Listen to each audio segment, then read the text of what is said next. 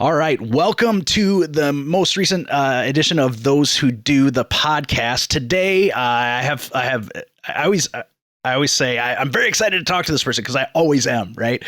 So I'm very excited to talk to our guest today because he lives in a world of juxtaposition. He lives in LA, and his hobbies and interests are very un-LA, and I'm very excited to hear how he balances that. I have with me today. He's a production assistant. He's a firearms instructor. He is a newly betrothed married man living the adventure. We have Kevin Liang. Did I say it? Did I say it right? You did. Hello. Yes. Thank you for joining us today, Kevin. It's always very important to me that I pronounce people's names correctly because my last name is Barclay, and everybody wants to call me Barkley. Barkley. And as much as I would like to be a tall, bald, very athletic black man, I meet none of those criteria. So it has to, and I always get very embarrassed when I mispronounce someo's name. So all good. You got it. That is a goal for me. Awesome. So thank you for joining us today. It's always important to me to make the connections between who people are and what they do. So in order to do that, we need to learn about little Kevin. Little Kevin back when little Kevin was about 5 years old. All right. So I want to start with your childhood and work our way up so that we know who you are as a person. Okay. You got it. So what was little Kevin doing when he was 5? Oh gosh. Well, first off, thank you so much for having me on the show. I'm honored to be here. I listened to a few of your episodes, and when I started listening, I was like, oh man, imposter syndrome. And then I came across like the episode where you guys talk a little bit about imposter syndrome. I'm like, oh my God, it's everything they're talking about. Oh no. So thank you for having me here. I'm very honored to be on your show. But yes, to answer your question, little Kevin. Okay. Little Kevin grew up in the Orange County area, specifically in Irvine, California. There was a brief period of time where I went off to Arizona just for about a year and moved back. It wasn't working too great out there as far as like, we were asked to go out there by a family member and they're like, hey, come out here. It's going to be great. And then they had some things come up in their life, so they moved away. So our family was out there kind of like on our own. It's like, all right, well, we came out here for you guys and now you moved away. What do we do? But we came back. But a lot of my childhood memories, when you mentioned like 5-year-old Kevin, was just like biking through the streets of, it's a small little community in Irvine called Northwood.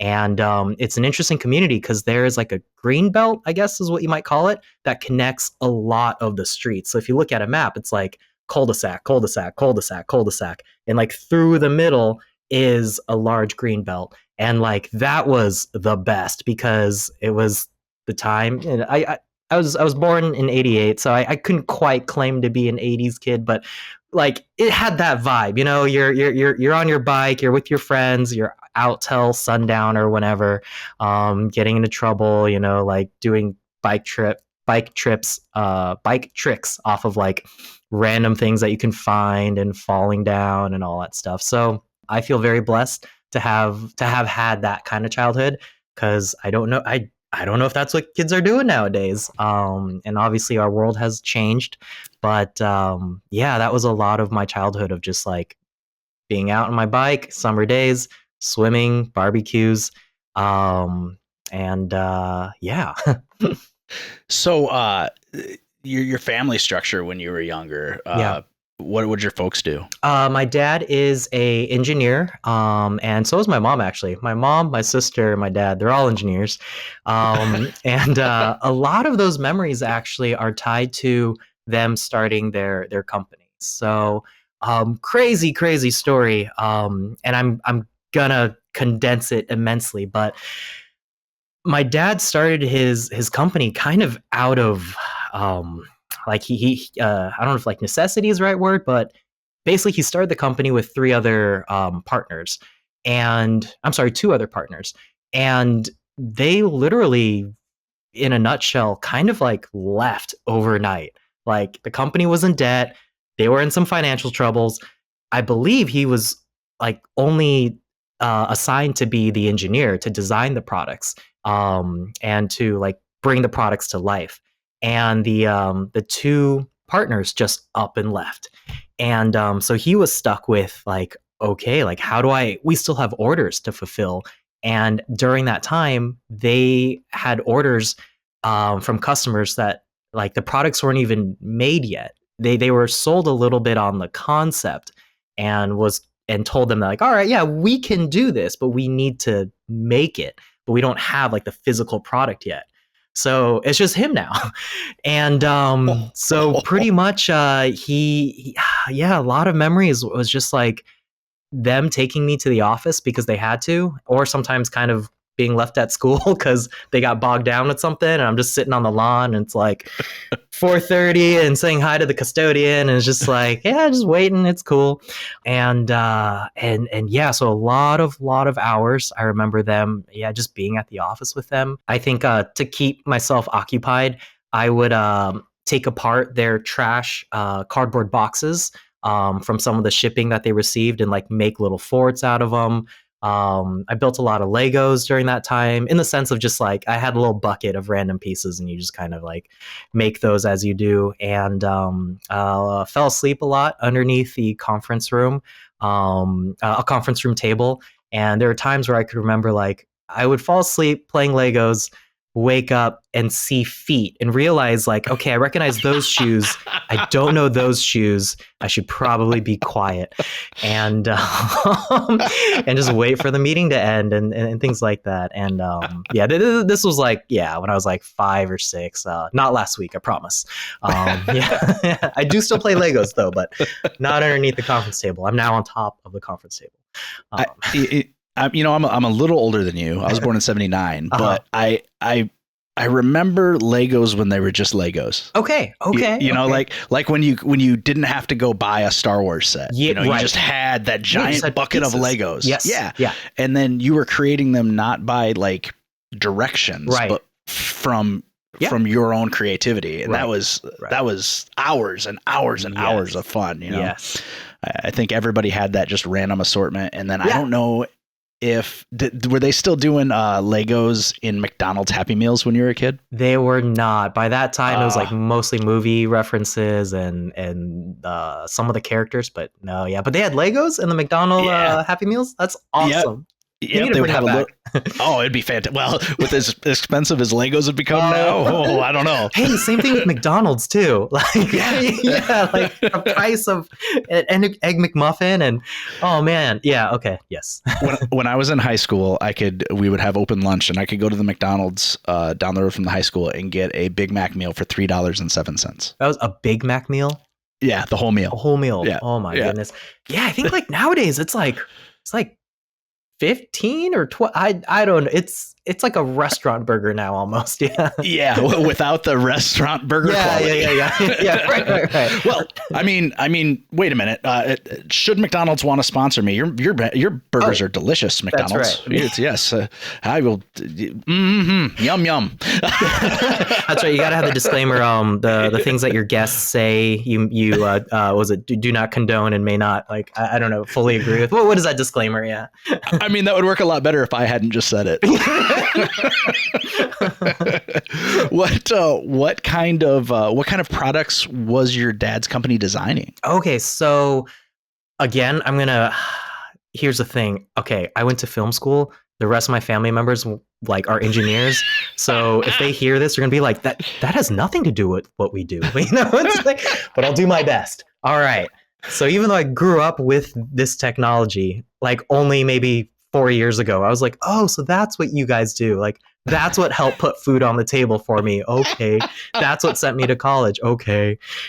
Thanks, Mom. Thanks, Dad. So they basically make industrialized communication products for like airports, military bases, power substations, things that need communicating, but on the industrial level, that either utilizes like telephone, Ethernet, or radio. So like even Amtrak or train systems, train networks. Like if you buy a ticket here, or I guess if there's a certain amount of tickets that are bought, like how does the internal data understand that, like, okay, we should be expecting this amount of passengers, and if it, if a train hits this checkpoint, like when will it arrive at the destination? How quickly does that calculation? Or if it starts lagging, oops, sorry, I hit the mic. Or if it starts lagging behind, how does that affect everything else? So yeah, like in a nutshell, kind of like I think that's I think that's what we do. Yeah. So a lot of very important stuff. Yes, some. Right. I mean, it sounds like they dip their toe a little bit in pretty much any industry where communication needs to be involved to make transport work. 100%. Yeah. That's a big deal. Data. If a power grid goes down, like they need to know which like area, which line, which tower maybe, and like how do you address it, things like that. Yeah. Oh wow. So they probably get, I mean, they're at the front of this stuff. So maybe now when California was having all the problems with the wildfires and the electric grids were going down, would that be something that they would be involved in? Yes and no. Not so much during the actual emergency, but perhaps in the aftermath when they might be looking for solutions Sure. for things like that. But there's like so many layers to, like, as you know, like I still have trouble comprehending like what goes into it, and they're just a small piece of the puzzle that fits in there. Right.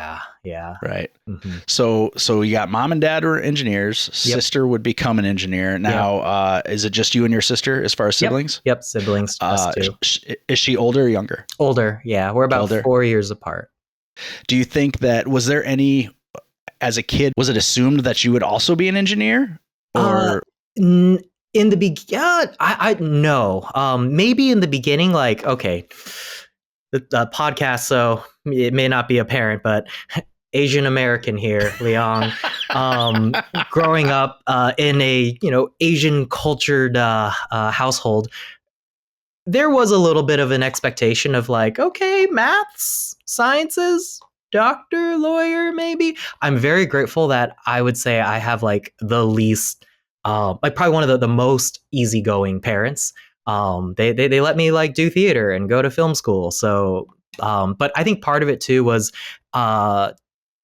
child version of Kevin trained parents early on, meaning I had terrible grades. Like very early on, they're like, all right, this is not going to work. He's not cut out for yeah. Growing up, like I would say grade school, it was like, Kevin, you got to get A's. You got to get your A's. And like middle school, they're like, Kevin, we need some like B's, maybe some C's. And then by high school, they're like, just pass. We just need you to pass. We don't care what it is, how you do it. Just get your diploma, like grade point average, like 1.7. Okay, if passing is, like we just need you to get above that. That's all. And so that's how that progressed. So yeah, they slowly realized that engineering would not be suitable for me. So did you, since you weren't a great student, right. did you kind of did your interest bounce around? What were you interested in school and hobbies? And yeah, well, I had the citizenship award, so I think I got along with people, so that was good.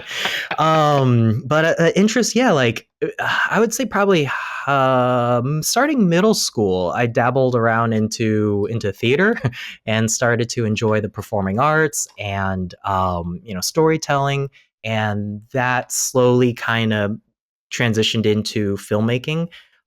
There was a brief period of time where I wanted to pursue acting, and I think that's where kind of like where my parents put the Asian foot down, if you will, and it was like, no. My dad straight up sat me down, and I love him for this too. Like I don't regret the path that I've gone. My dad sat me down. He's like, Kevin, I got to break it to you. I don't think you're cut out for acting. Number one, you don't have the looks. I'm like, okay, cool. Thanks, Dad. Number two, you might not be that good. I'm like, oh, okay, I understand. and then but at least he was supportive in the sense of like, but filmmaking, being behind the camera, you should look into that. I'm like, okay. And so I started to do more of that, and I really started to mess around with that in high school. And I'm really, really thankful that I everything's been like pretty good for me. I'm very thankful for it.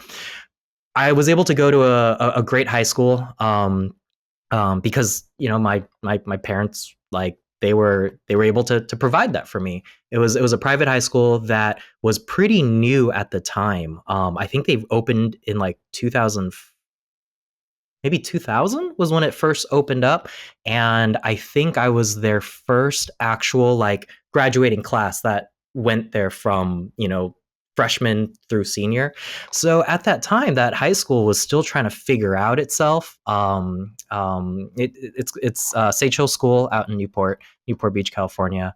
And at the time, like, I don't know if it still is, but a lot of the teachers gave students flexibility. During the time, they knew that I struggled a lot in math and also in writing. So my math teacher at the time, Miss Angadi, I still remember, she was like, all right, I understand that sometimes it's difficult for you to stay seated at a desk and to do tests that way.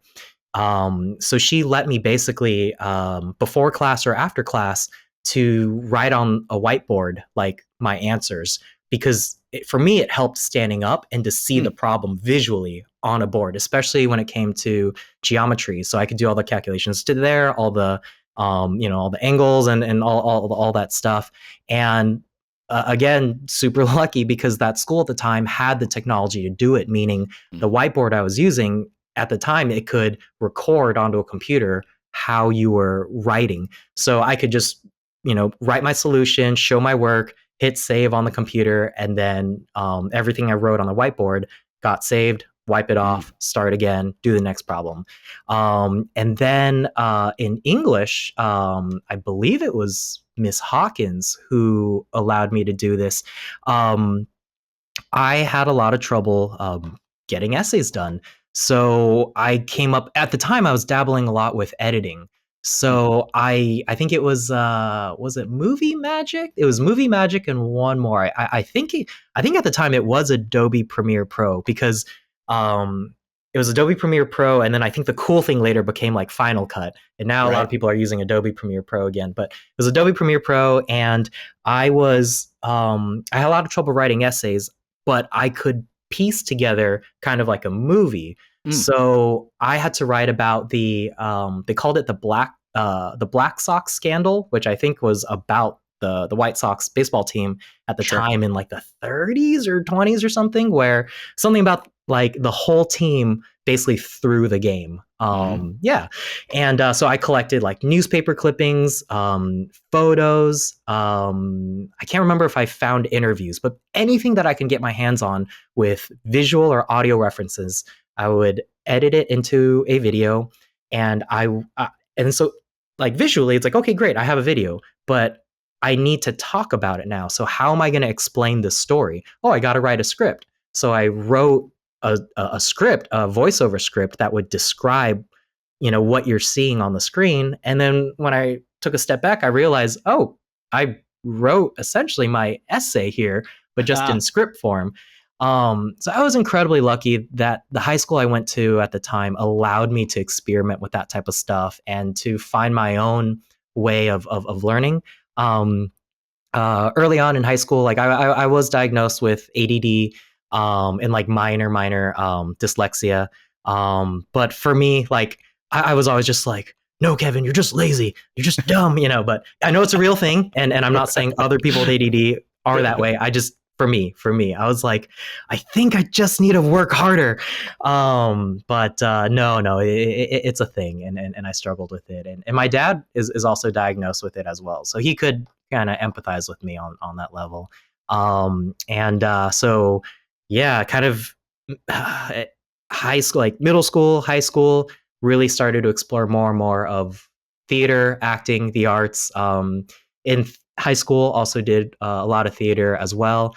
I always joke even though I guess it's the truth.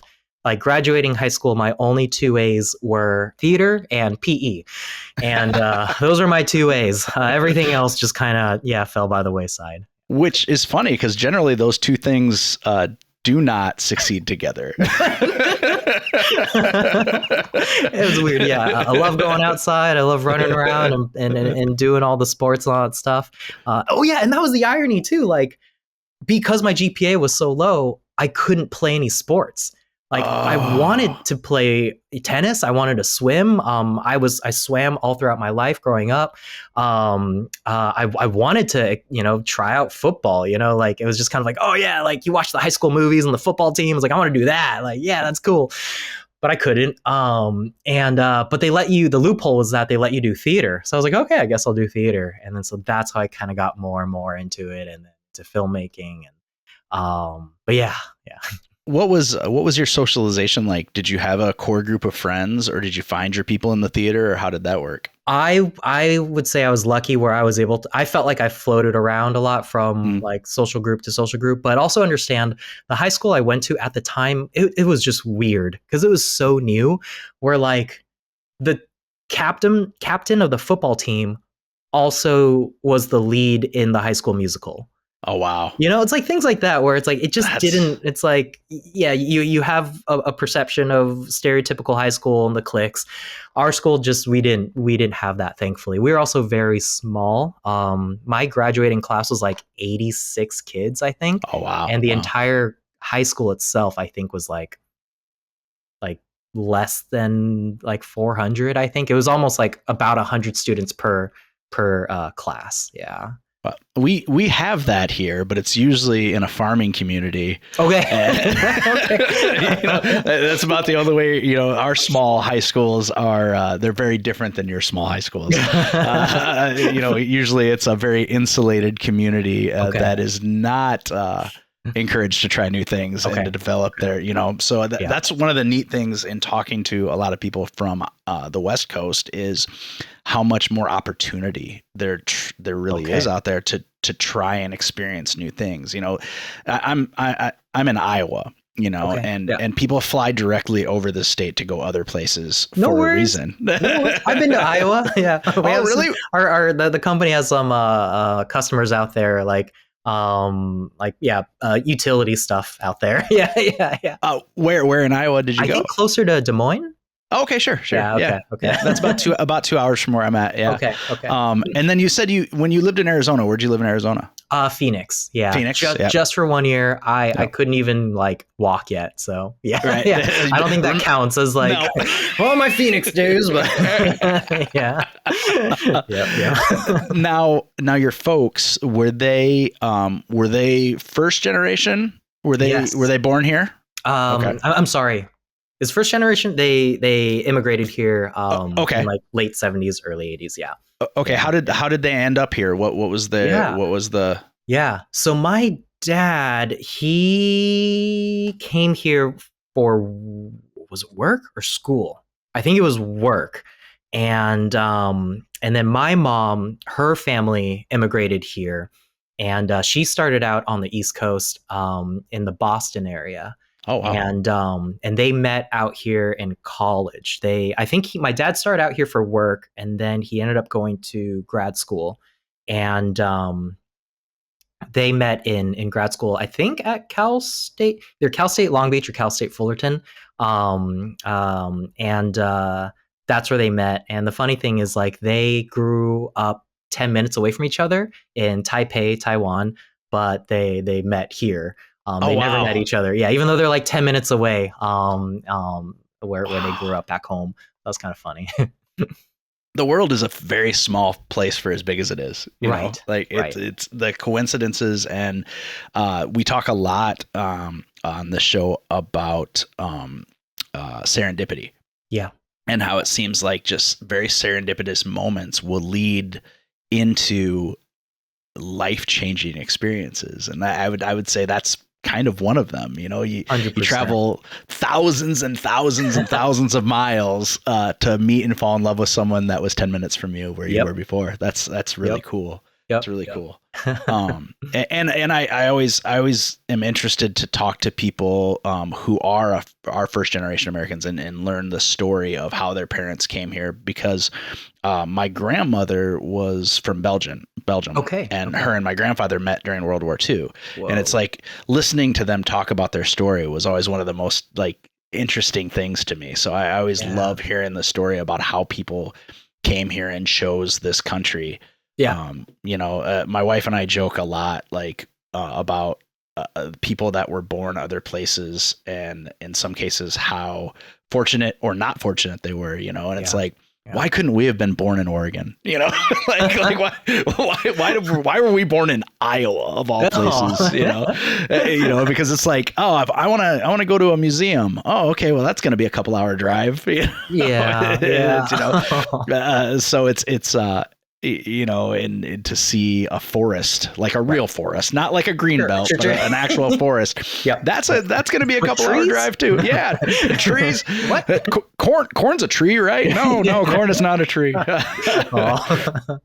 So it's always very interesting to me, and to hear that story, and just to hear how families were constructed and created. It's just a really neat concept to me. It's interesting that you said how like chose this country too, because I know like my dad growing up, like in Taiwan there, and it's interesting, meeting my wife and then talking to her because she grew up in Taiwan, and for a long time, even for her, like their education system, the schooling, the public school system is very militaristic, Mm-hmm. and that all spawned from when people fled from China and then went to Taiwan.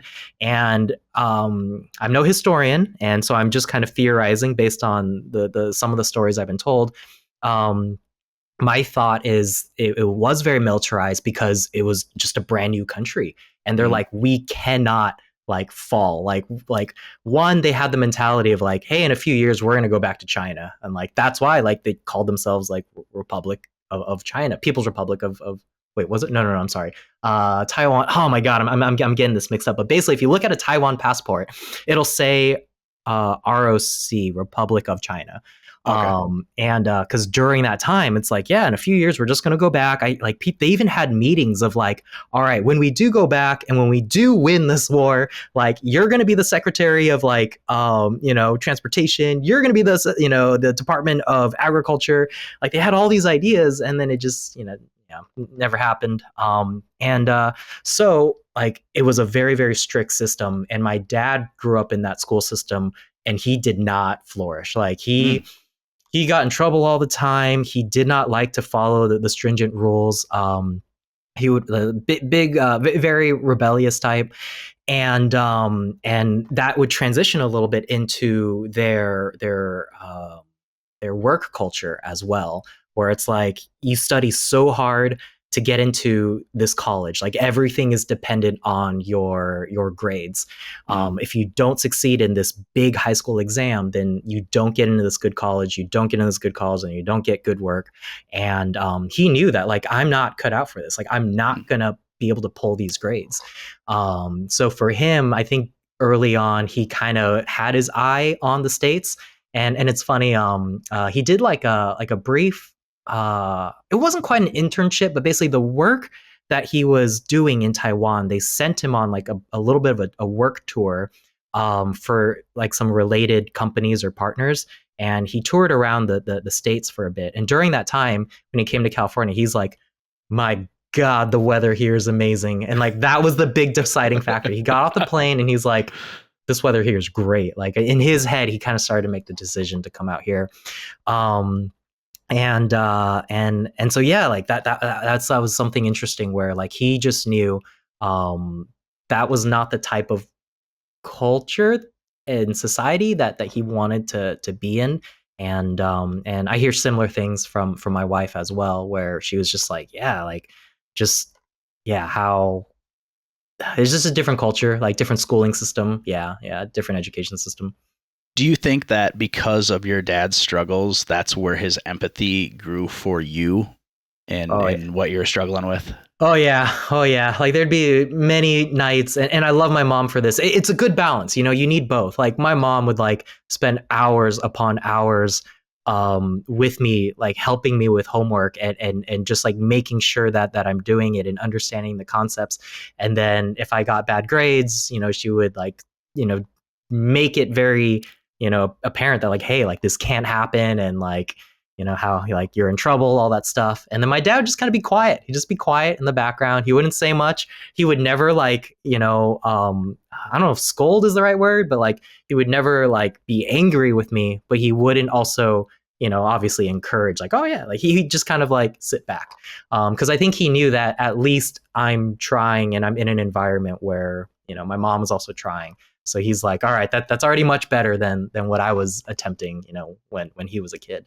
So yeah. I mean, and I think that's a great environment to be brought up in too, Mm-hmm. because even people that were born here, there's a lot of pressure, that they put on their kids. Okay. And to have something so nurturing for you, to have your dad be really understanding of what you were going through because he had seen the same things in himself in that culture is pretty cool. I mean, Yeah. that's a really neat thing. That's something unique, and that we can go into a little bit later. Like I think like I'm biased, of course, but I think that's what makes him such a great leader, a great boss. Like growing up watching him, and my mom too. My mom deserves a lot of credit of like them two together building this company Right. and just like yeah, being a good boss in the sense of like, I feel like being a good boss, being a good dad, like there's a couple things that should go hand in hand.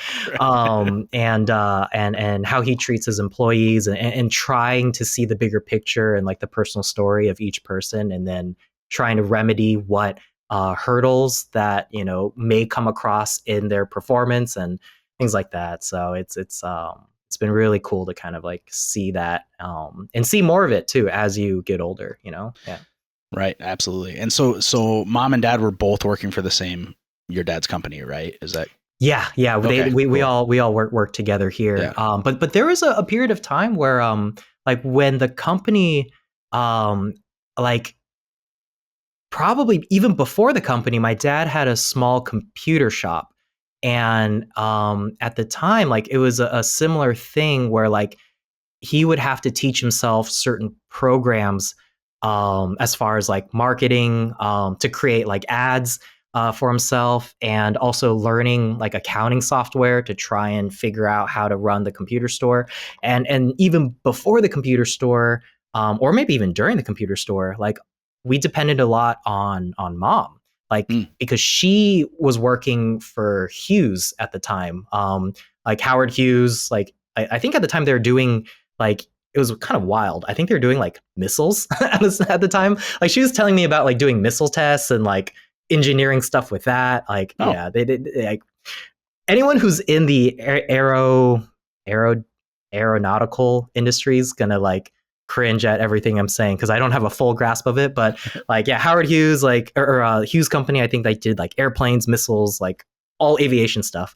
And my mom was involved in that, so a lot of the bills and like what financially we relied on a lot on mom at the time. She supported the family while dad was able to kind of start this computer shop. And from the computer shop, it later transitioned into him getting involved with the two business partners that wow. I mean, ducked that's out. fair. And that's fairly non-traditional. So I mean, you had a very unique upbringing. I did. Yeah, I think yeah, yeah, cuz I do remember there were some times where like cuz we also lived with my grandparents on my mom's side, and there would be some like heated, maybe not heated, but like angry yelling matches maybe between my grandfather and my dad, cuz there was a little bit of like you're not a man, like your wife is supporting the family and that type of thing. And like it was yeah, so it was yeah it kind of bounced around in that sense. Yeah. I bet it was pretty great for your sister though, because she has a strong woman role model. And That's a really good question. I've never yeah, asked my sister about that. Yeah, yeah. because during that time I think she would have been 12, 12 or 11, so that would be interesting to ask her. um Yeah, right. And it's Yeah. funny you say that because like my sister I feel like is very much like she like boss, like she's boss girl, you know. Right. So yeah, she went off and got her MBA and so like she's doing it. She's got her career and her ambitions. And so yeah, it's funny you say that. I think that probably did influence her. So you finish high school Yes. and you end up going to college, and do you jump right into film school, or do you try some other stuff first? No, I pretty much jumped right into film school because high school for me, what it did to me essentially was it made it very clear that like filmmaking, like this is my identity, this is what I do. I never felt like I never felt like I was good at anything until I started doing film related stuff Mm. and theater related stuff. So I jumped right in, and I think it was the perfect environment. Same school as David Feld, where I met David and his brother Elliot. And the great thing I think about that school was it didn't hold your hand. Mm. It was a very non-traditional college in the sense that it had the equipment building, the sound stages, the classrooms. That was it. There was Oh no wow. like student, quad area. There was Right. no student campus. I think they had a library, but it was like the size of like a small bedroom. Okay, maybe like two or three bedrooms, but basically you could walk from one end to the other end with it like under 30 seconds. Wow. And but it was a great library. I spent a lot of time there. But yeah, so it was very non-traditional in that sense. But for me, I think that was the right environment for me. I loved like living and breathing film, and that's all I did. There was no student housing. You essentially had to go find housing on your own, and that forced you to essentially kind of feel a little bit more of an adult, I guess, because like you didn't have student neighbors. You just it felt like going to work when you went to class, and then you would go home to your apartment, and then you would have to make that decision of like, all right, like if I go home, like I don't really have a social life there, so I need to kind of figure out my day in being on campus and then going home, and that's me time. And yeah, so Were you living on your own? Did you have roommates? What were you doing? I had, oh man, I'm almost embarrassed to say because just like when people hear this, like, oh, Kevin, you just a privileged bastard. Like you have nothing to complain about. What are you doing here? You didn't earn your stripes. All right, so I was very very lucky, and I had a place to myself. It was a house, not too far from campus, and at the time, my parents made the decision of like, hey, work is going all right. We'll invest in real estate up there. Kevin, you take care of the house. Go to school, and like when you're done with school, we can decide what we want to do with it. And that became unique because I was in a weird social situation in the sense of like, all right, I've seen movies. I can go one direction and like this is gonna be an awesome party college house. And I just have everyone over and like this is gonna be great. Or I can like just kind of fly under the radar and like, be good and don't do anything crazy.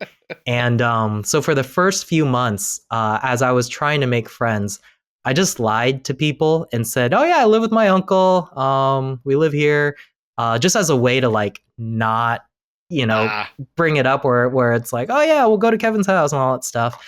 And then you start making some friends, and then you want to entertain, you want to have them over, watch a movie, and like so at the like Elliot, David's brother, yeah. Elliot and another good friend, Tom Morris, Elliot Feld, they'd come over and be like, hey, like where's your uncle, like are we gonna meet him? I'm like, oh yeah, about that. I was like, yeah. And so I was fortunate in that sense, but yeah, having a house to yourself as an you know 19, 20-year-old at the time, I was a good kid.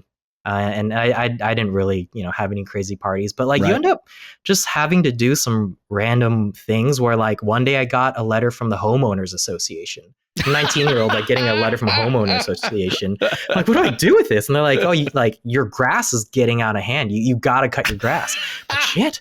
Okay, like I don't quite have like money for like a gardener, a landscaper. Like, what do I do? So there'd be like Sundays where I'm out there with like kitchen scissors or desk scissors. I'm like, I gotta get this cut. I gotta get this cut.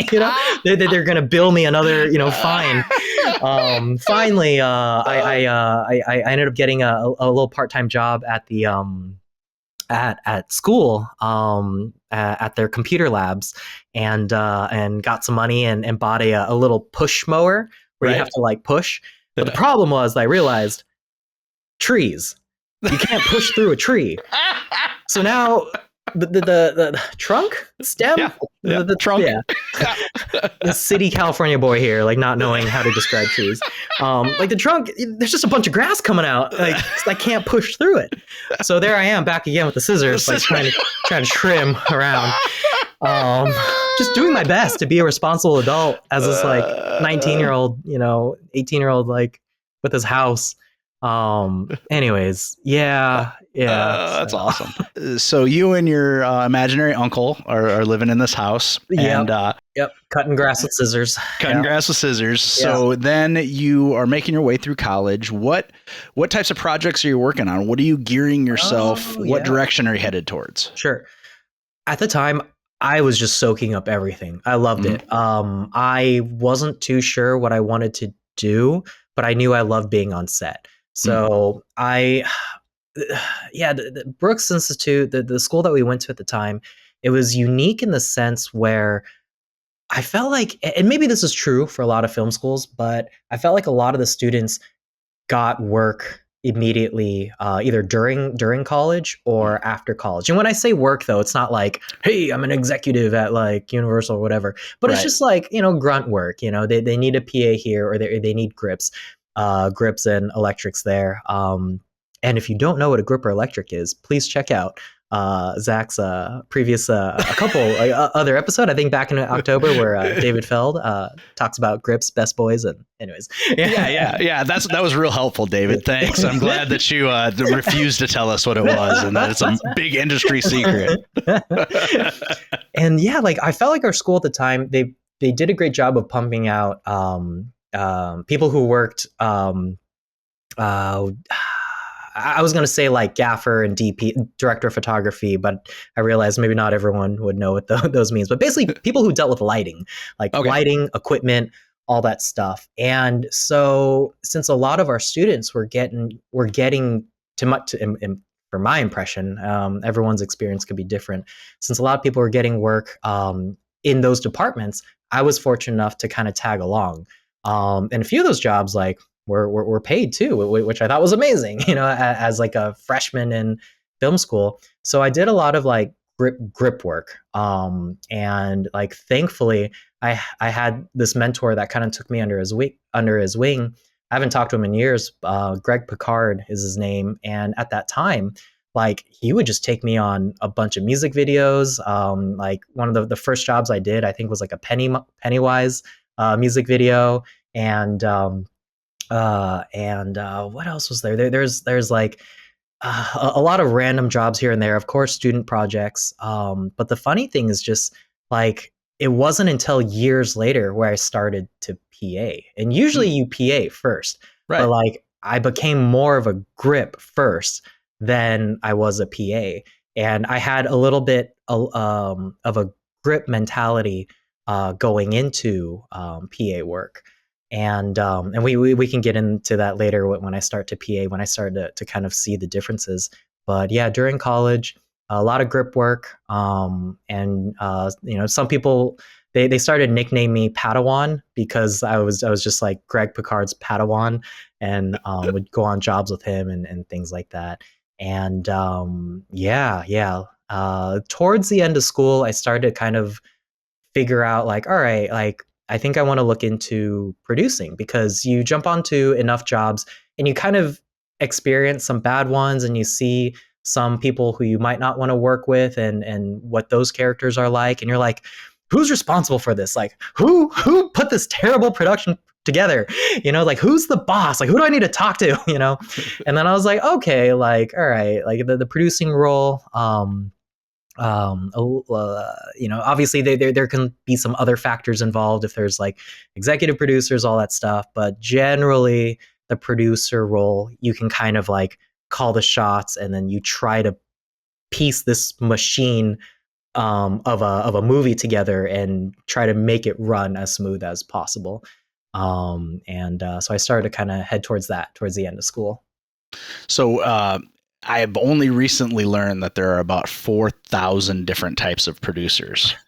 Right. I mean, not that I didn't watch credits, I just didn't know what they meant. So what was your producing emphasis, if you will? Oh, yeah. I love the concept of creative producer, come up with the ideas, Right. I think I fell in love with like the romanticized version of that. But in the end, just basic producer, just producer was what I was going for, because I started to kind of realize that you kind of just do everything. And I think the term producer fit that best. And So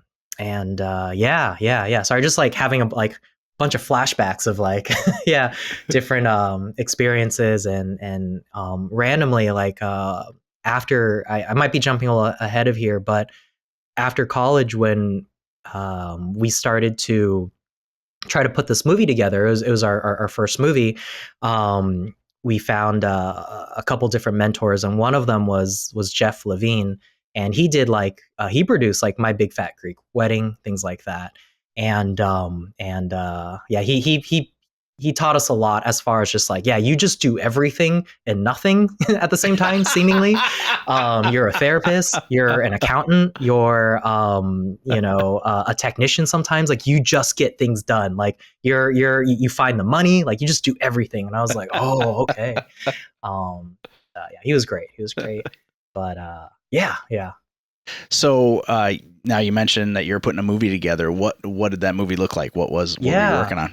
So right after film school, me and David's brother, Elliot, it was me, Elliot Feld, Tom Morris, and Jazz Calcat. It was the four of us total. We kind of put our heads together and was like, hey, I think we got to start a company. And even before that, we were working our own personal, our own internships, our own jobs.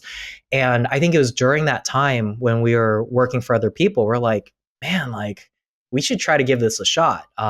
We really should try and get our own company together.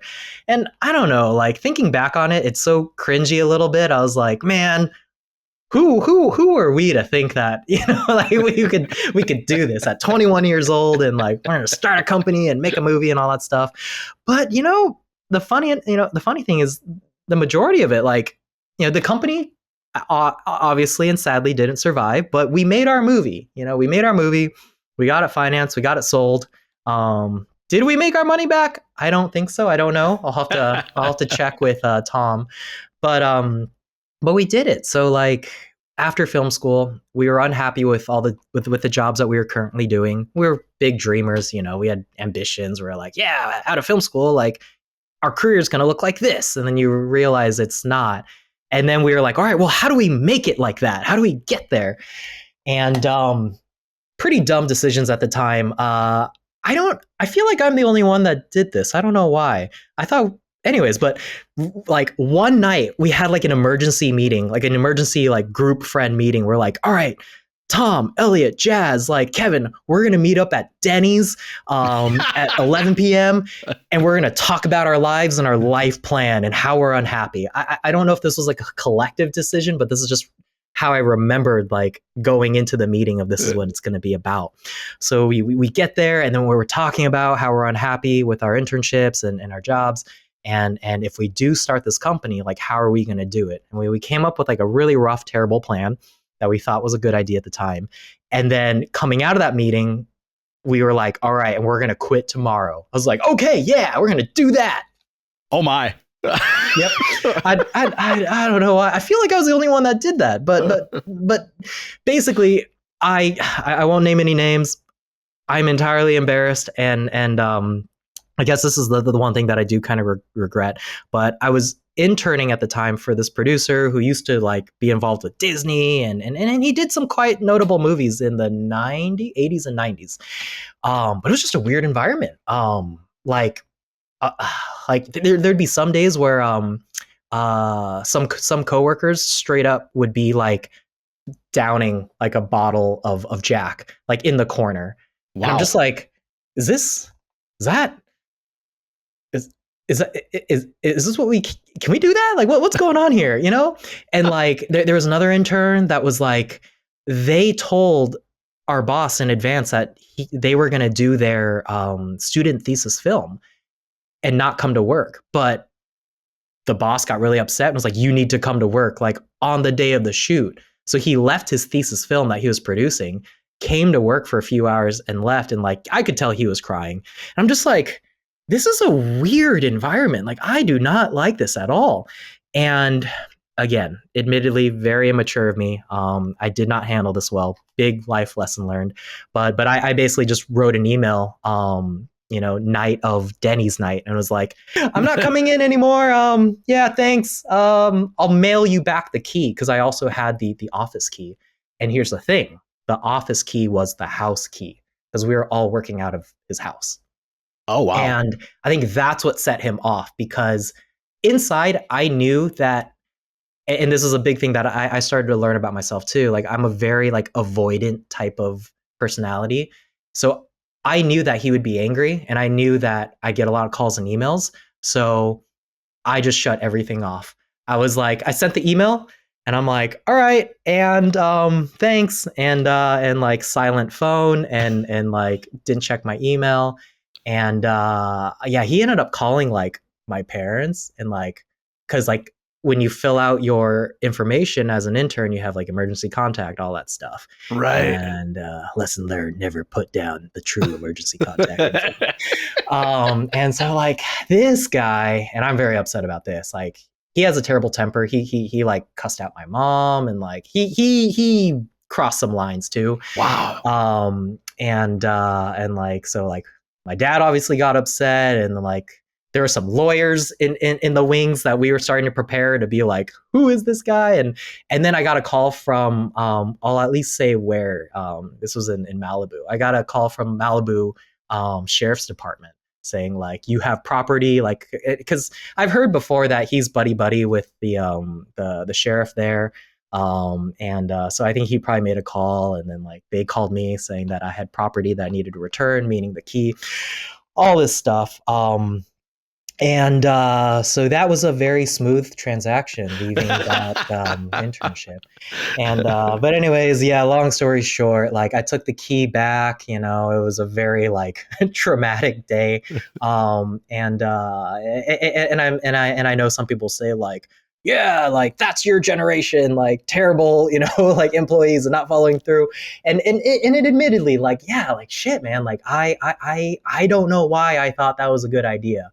And I know I made a mistake, and I definitely learned from it. But for some reason, like that's just what I thought was, I don't know, I wasn't thinking. I think part of it too was just like, there were some things that I was just ready to get out of that environment as quickly as possible. That boss didn't have the best temper, and even though I knew that, his temper could just be noise, and it's never really personal. But I think it started to kind of like weigh on me. I think it was a 2-month commitment, and just after 1 month of an internship, I bounced out. But here's the thing, man. Like as I've gotten older, I understand less and less the idea of you have to be miserable to pay your dues. Like you don't owe to anyone you being unhappy. And if you're in a situation where you weren't happy and it was a weird environment, like those are red flags, and we call them red flags for a reason. Yeah. True. So I think you have every right to remove yourself from that situation. Okay. Oh, Yeah, yeah. You're Not right. not that you needed my permission, Kevin. Oh I'm no, just no, saying.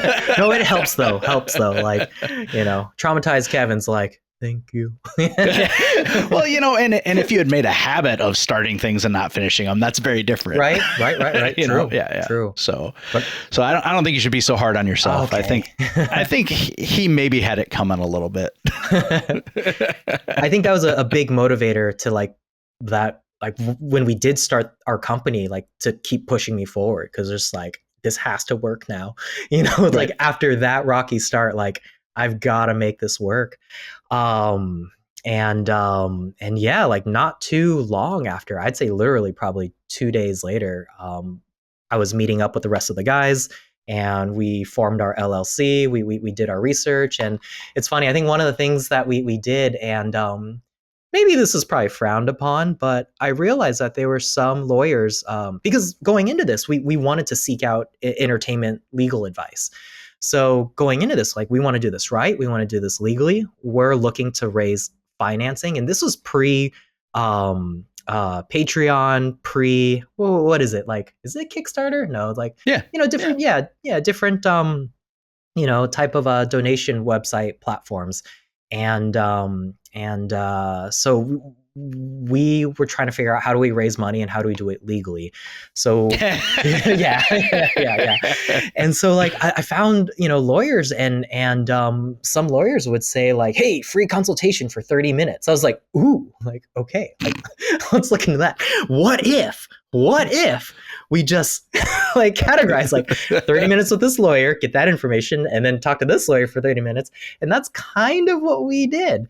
And and that's how I learned about like LLCs. We learned a little bit about how if we were raising financing, we would want to split it into two different types of LLC. The film itself had its own company, and then your company would have its own LLC. So when you complete the film, you sell off that film LLC. If anything happens with that film LLC, in that film, you're not at fault as a company. Right. Where like a company LLC owns 51% of the shares of film LLC, things like that. And so I remember calling.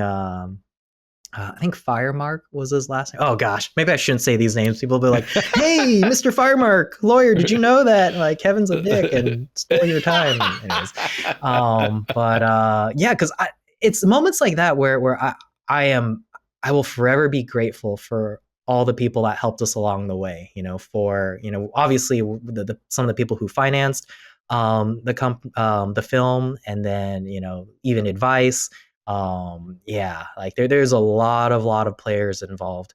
Yeah, so left that internship, started doing work on figuring out how do we form this company, how do we raise money for this film, and yeah, how do we do that? Yeah. So now, since you said that the company ultimately did not survive, Yeah. what was the most valuable thing you learned from that experience? Oh man. Things are never as good, nor are they as bad as you might think. It's probably very vanilla, but for me, like I'm a big overthinker, and I always Yep. go right to worst case scenario and dwell on things. But with that company experience, yeah, in time you just learn that like, yeah, like, well, what if this happens? What if that happens? What if this terrible thing happens? And then things are just never as good, or nor are they as bad. And not to get too cheesy, but like just like you have to keep moving forward with it. You have to keep trucking. It's gonna feel terrible, and you're gonna have your bad days.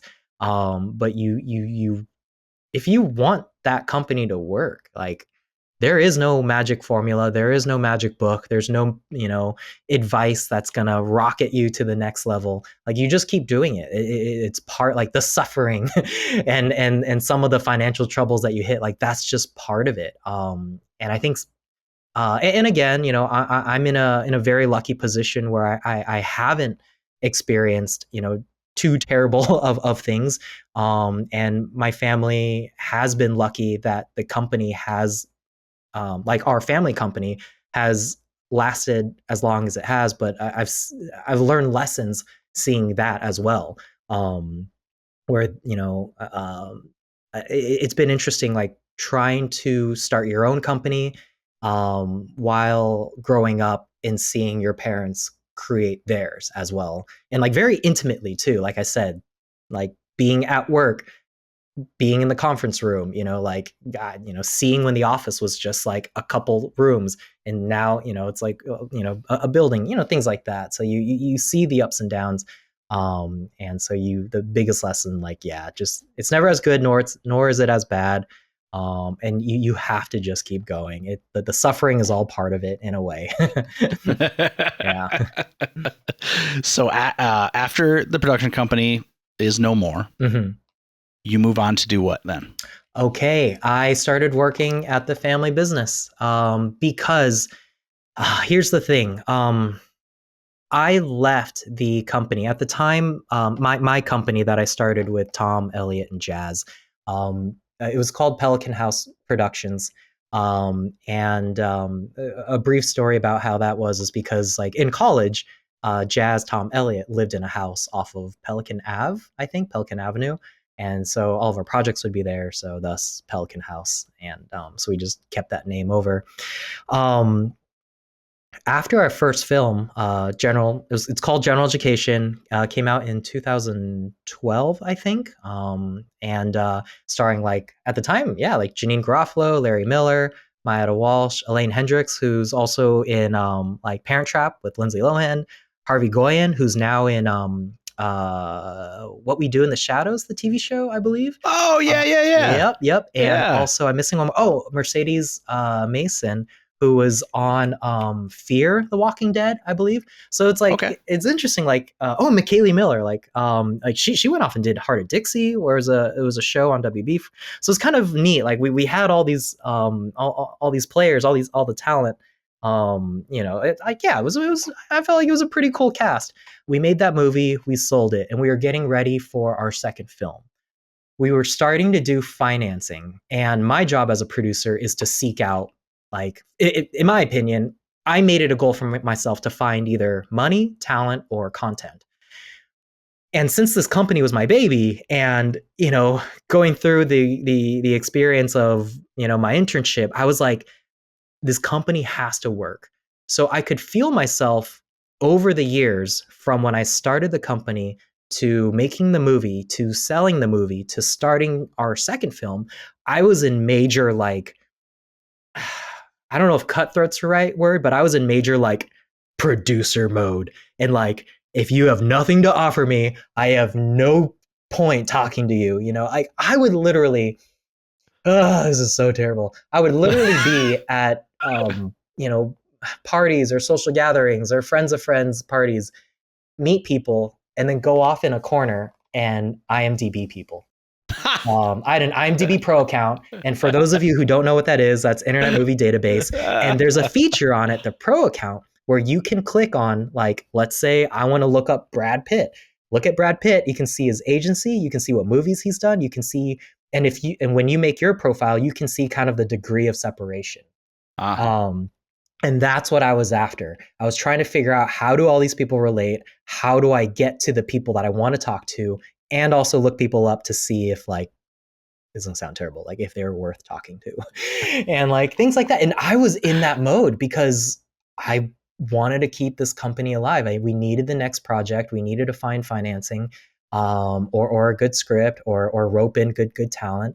And this was probably like 2013, between 2013 to 2000, like maybe 15, I started to realize that I was turning into this monster. And pretty much literally overnight, I was like, who am I? What am I doing? This is so gross. And like, at the time, okay, again, my math is terrible, so I'm trying to figure out, like, how old could I have been? Like 22, 23, or like, anyways, young and dumb. And and like, like at that time, like I was totally the guy, like a little bit trying to pull, like you're 22, 23 and you're trying to date. I was definitely the guy like pulling the card a little bit like, I'm a producer. Like Yeah, it's just, oh my God, it's super cringy. But that's the truth. And I caught myself doing that. And I realized that I didn't have friends. Like my only friends were Tom, Jazz, Elliot, but I didn't have any other friends other than them. And I only treated people as like, are you an asset to me or not? And when I kind of felt that, I panicked because I was like, Mm. this is terrible. And overnight, I pretty much, oh man, this is like almost like internship mistake happening all over again. But this time I at least sat down with my company partners and I talked to them and was like, hey, this isn't right for me. I think I need to step away from Pelican House Productions for a while. I'm turning into a monster, and I don't want to do this anymore. And and thankfully they were completely understanding. It was a very easy transition out, and they're like, all right, we will miss you. We wish you the best. And I left the company. They went off and I think made two more movies. One's called Oliver Stone, where they tried to tackle kind of like the stoner movie market, and then another one which ended up being like I felt like the most notable. And it's funny, oh my God, the most notable, and it's now I'm blanking on it. But they worked with a good friend of ours who was our editor on General Education. His name's Tyler McIntyre. Tyler directed this, and this was oh my God, this is gonna bug me. I have to look this up. But yeah, it was like Scream Teams, Tyler McIntyre. And let's see here, Tragedy Girls. That's right, Tragedy Girls. And I believed they co-produced that. I don't know if that was just like them as a team, as individuals, or if they used Pelican House, the company name under that as well. But yeah, so they went off and continued to work on a couple projects. And then after that, then the company kind of dissolved. And I think it finally dissolved maybe around 2017, and I left around in like 14. Yeah. Did you discover that about yourself independently, or were people coming to you and saying, hey, Kevin, you're being a dick? No one ever told me I was being a dick. Maybe I overreacted my whole life. A whole total lie. Oh my God, what have I done? No one ever told me, thankfully. And I've shared the story with multiple people, and thankfully, maybe they're just being nice, but yeah, everyone's always like, no, like I never felt that way. But I felt that way. Yeah, I don't know. Which ultimately is the most important. I mean, if you feel like you're not the person that you want to be, that's a very tough space to live in. Yeah.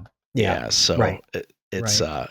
And the unfortunate thing with the small amount of exposure that I've had to the entertainment industry as a whole, it seems like there's very little gray area. It's either people are very like, I'm going to treat people as a commodity, or people are very warm and creative. Yeah. And it's like with so many other industries, there's an ebb and flow to it, but it's like you're either dealing with really good people or really not good people, Yeah. So it's a very interesting industry in that way. That's been my experience anyway. And now keep in mind, it's a very narrow amount of experience that I've had basically through doing this show and traveling out to, LA a couple times to do stuff related to this. But it also is not, in my experience, what people think it is. Yeah. I've encountered far more warm, helpful, friendly people than any of the big ego driven. I was talking to someone in the industry the other day who's become a very close friend of mine, and I was like, man, it seems like our jobs are very similar in that they're very, that we deal with a lot of very ego driven people, and he was like, no, man, like that's not my experience at all. He's like the talent that I work with, everyone is very, we're a team. And I was like, it was like kind of a reality check for me. I was like, man, even though I'm kind of skirting the outside of this industry, like even I don't have it figured out, like I like being told I'm wrong, because then I feel like I learned something. Yeah. So totally. I was like, oh man, thanks. I'm thank you for setting me straight. Now I can set other people straight too, I guess. But it is nice to see, because we wouldn't be able to have this show if it wasn't for the kindness of strangers. People just willing to come on and tell their story with absolutely no benefit to them. That's I think you will be our 17th guest, and cool. And it's like we've been really lucky that everybody's like, yeah, we'll do it. Like, you're not gonna get paid, right? Yeah, that's cool. That's awesome. Yeah. So I like number 17 too. That's a lucky number of mine. Sweet. Oh, good. That works out nice. Awesome. So it's it's weird, like the eye opening of, and just for you to have that amount of introspection to go, hey, wow. Because most people aren't self-aware. You know what I mean? So that says a lot about your character. So, I mean, it had to been tough too, like to just say that I put my heart and soul into this, but I don't like who it's making me become. So I'm going to step away. 100%. You hit the nail on the head. Cause like I mentioned, like, going from high school right into film, I felt like my whole identity was film. Like, this is me. This is what I do. And I hit a point where I was just total like self-identity crisis, where I don't know who I am anymore. Yeah, so that was tough. I was very, I just felt lost and sad. When you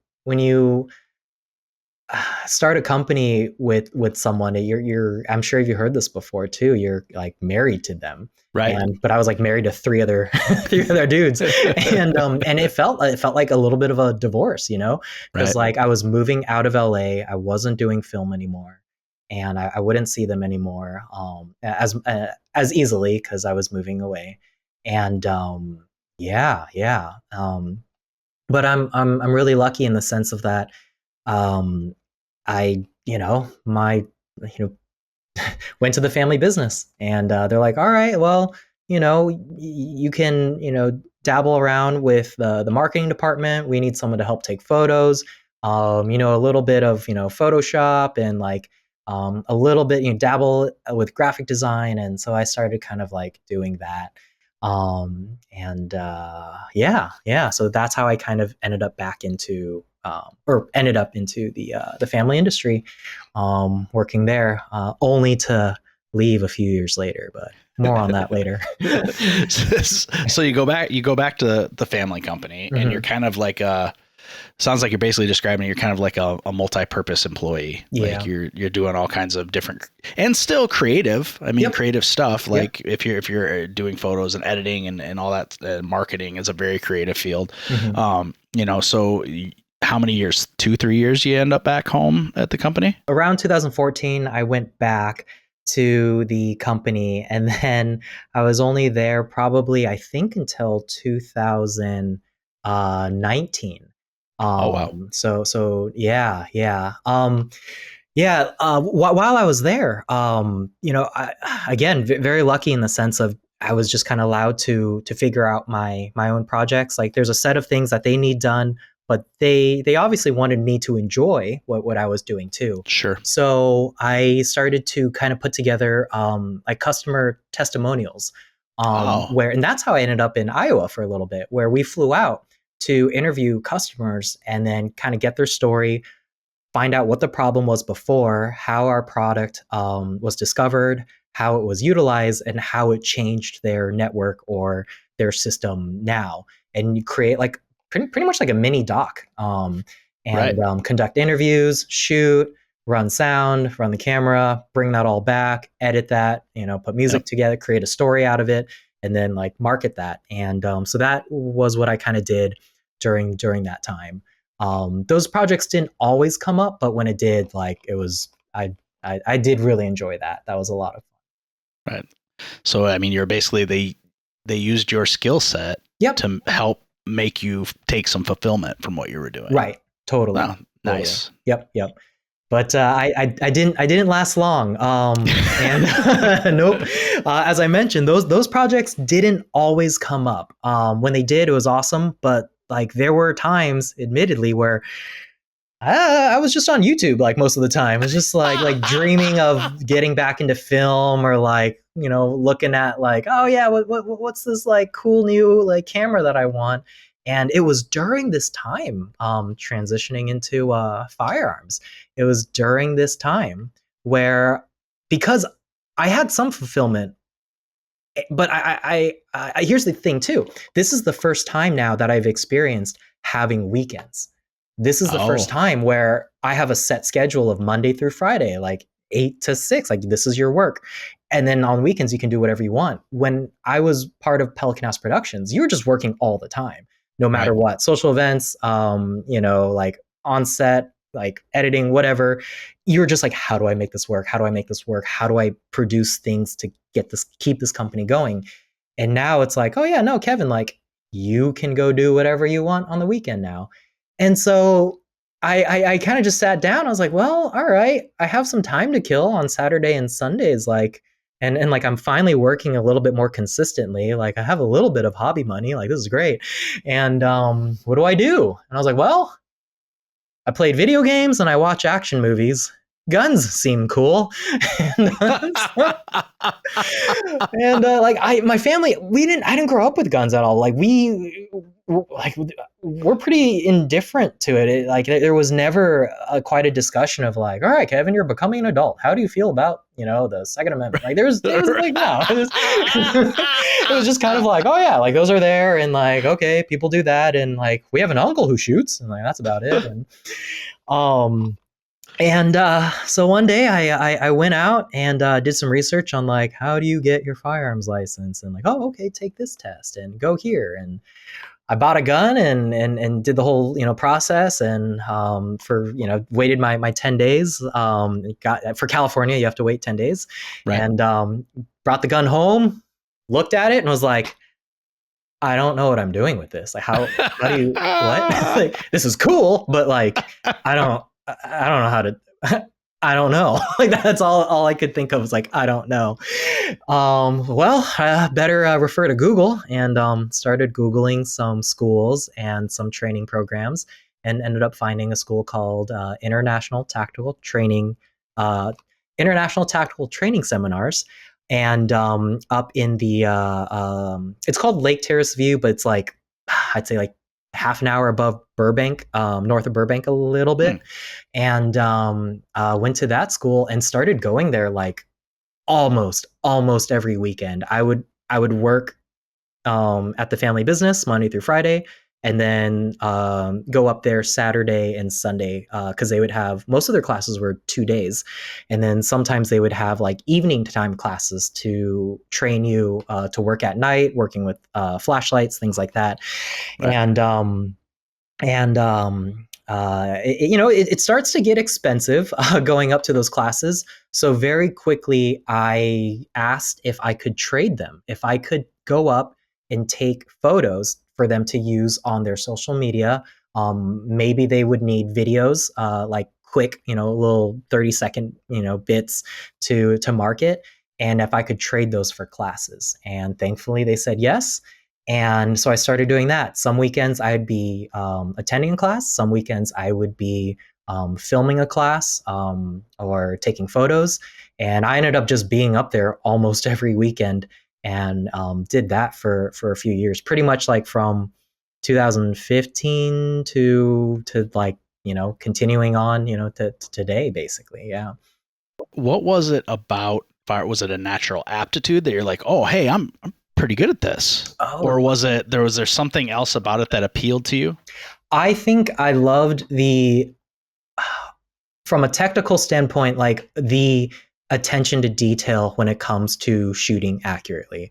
It's a weird analogy, but I draw it similar to like golf, where it's like the more that there's so much that goes into it, and you have to like think about it, but also not think about it at the same time. And so there's a lot of layers to do it well. And on top of that, the most seemingly counterintuitive thing is you have to be relaxed. And it's Yep. interesting because it's like this is a weapon. Like you're using this when you're fighting, and like obviously like hunting, that's a different thing. I can't comment on hunting because I haven't hunted. I haven't had a hunting education. All of my experience and thought has all been from a self-defense standpoint. So from the self-defense fighting standpoint, to do it well, like you have to have a clear head and you have to be calm. And something that has this impression of like chaos and loud noises and explosions and craziness, you actually have to be very calm. So I found that very fascinating. And on top of that, not to mention the legal and ethical implications as well. I feel fortunate in that the first school that I found, ITTS, their emphasis is legal, ethical, and judicial use of force, use of deadly force. And so they don't just teach you how do you shoot, how to use this gun, but also like how do you think through the situation and understand the legal implications of what's going to happen after the shooting occurs as well. One of the sayings that they say is it's important to know when to shoot. It's important to know when not to shoot, just as it is important to know when to shoot. Right. So that like completely changed my perspective because I thought I was just gonna go in and learn like how to like be John Wick and like shoot super fast and reload fast and like be cool. And then in the end, you're just like, oh my God, like this changes my whole world and I need to kind of like slow it down a bit. And that's what probably like drew me in to stay, to spend so much more time learning and then later eventually become kind of like teaching. Yeah. So I drew a parallel two episodes of the show ago when I was talking to James Burns, who worked on Call of Duty Black Ops, and he laughed at me, but I stand by it. Now, for 7 years, I was involved in martial arts, and so Okay. I'm asking you this question not because you're Asian, No, but I think I know where you're going with this, and it's fun. Yep, go ahead. Any martial arts background for you at all? A little bit, yes. Okay. Mm-hmm. So one of the most basic tenets of martial arts is ensuring that you never have to use it. Yep. And so I drew the parallel of firearms in that, unfortunately, in our society, firearms have become this huge lightning rod, right? And the loudest people are always talk the most, right? So we see all of these people that are like, yeah, well, let's see him try that one. That's why I carry everywhere I go. And it's like, douchebag. No, yeah. Like that. The whole idea is that one, no one should know that you're carrying. Two, the last thing you should ever want to do is use that gun. So it's kind of like with martial arts, the true martial artists, the really good martial artists are the least likely to use their martial art. I saw a conversation one day. They were talking about people stealing gasoline back when gas was up really high. And this guy's like, yeah, well, that's why I'm glad to be an American because I've got my gun. I go, yeah, pal, listen, you shoot that guy for stealing your gas, you go to prison. Yeah. That's gas. That's gasoline. Yeah. No one's life is in danger there, champ. Like, right. Chill out. Like, yeah. I 100% respect your right to own and use that firearm.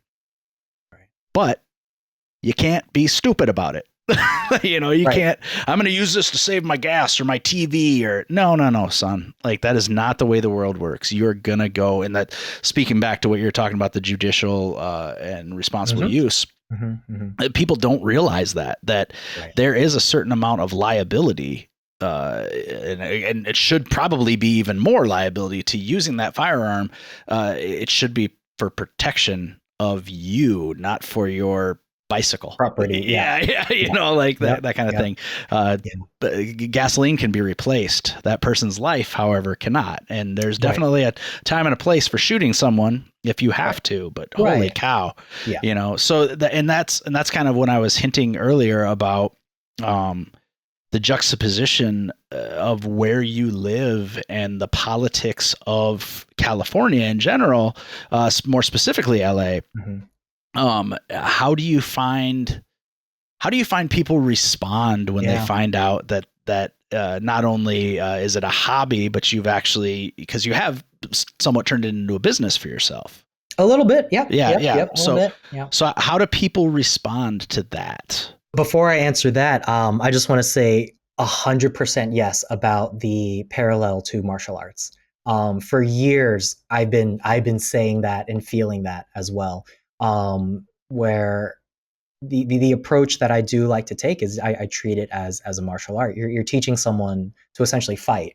Yes, the weapon is a gun, but you're in a fight, and you need to understand, like you said, when you choose to fight and when you don't fight, um, and the risks that go along with that.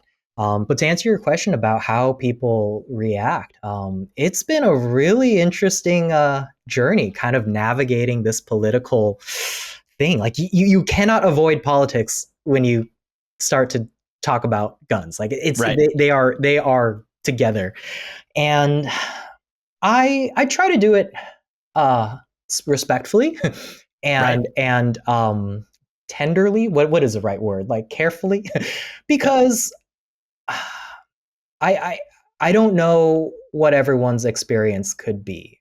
Meaning, you know, when I first became a freshly new firearms owner, that was a thing I was trying to navigate.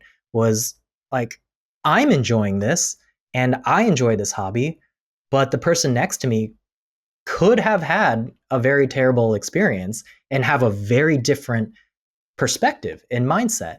And one thought could be like, well, like screw them, like I'm me, they're them, like I know what I would never do and would do and whatnot, but that's just not my personality. Like I just kind of I wanted to learn more about the whole picture and their perspective.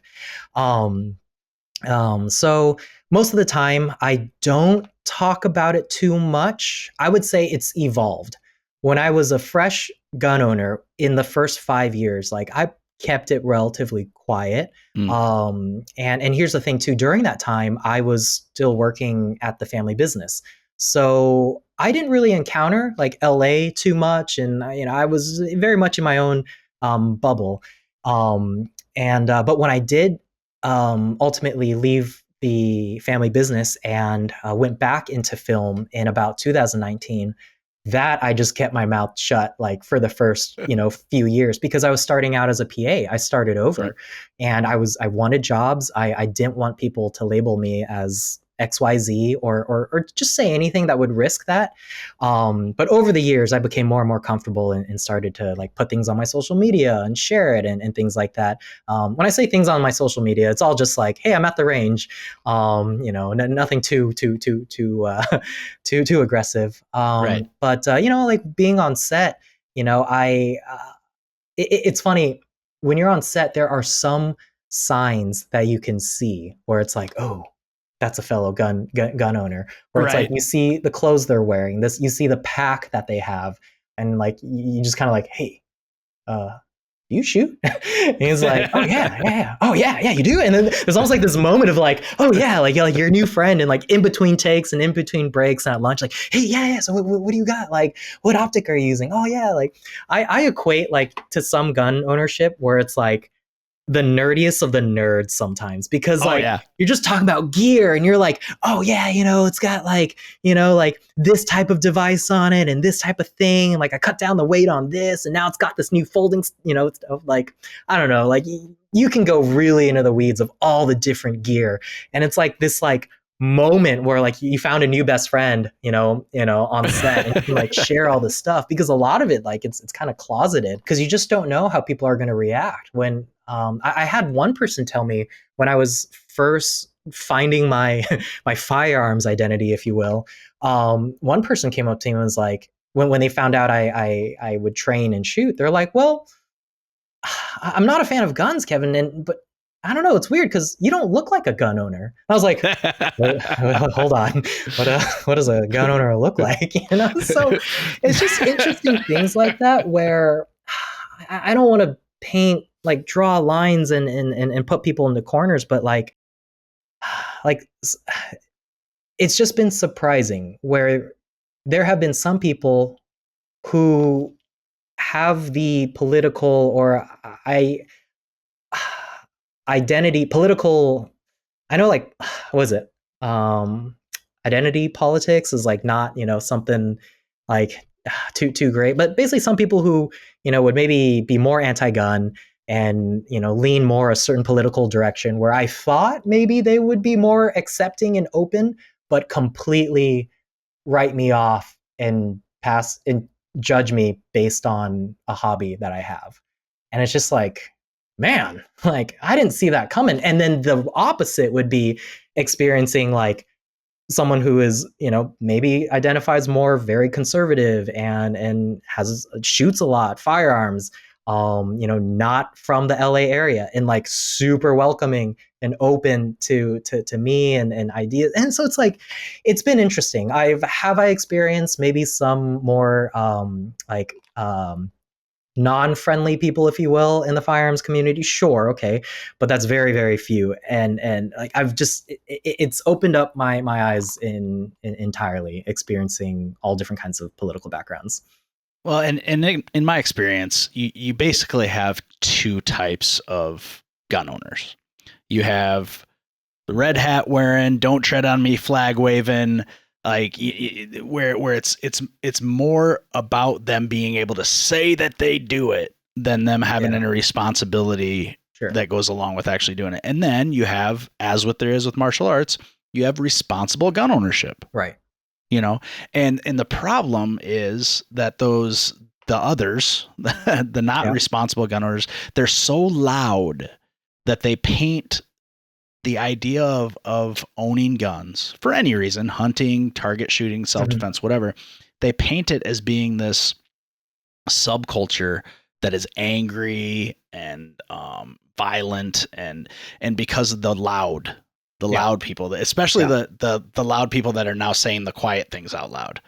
Stuff that the stuff that you never used to say before because it was wrong. They were afraid of the repercussions. But now they're saying it out loud, and now it's painting gun ownership. I mean, look, I'm from the Midwest, man. Like everybody had hunting rifles and shoot. When I was in high school, you could have a shotgun in your car to go do skeet shooting or to go deer hunting after school. What wasn't a huge deal. But at the same time, I'm a realist, so I can recognize that there are reasons why currently that's not a great idea. To show up to a high school with a shotgun and a gun rack in your back window. I mean, there's just reasons.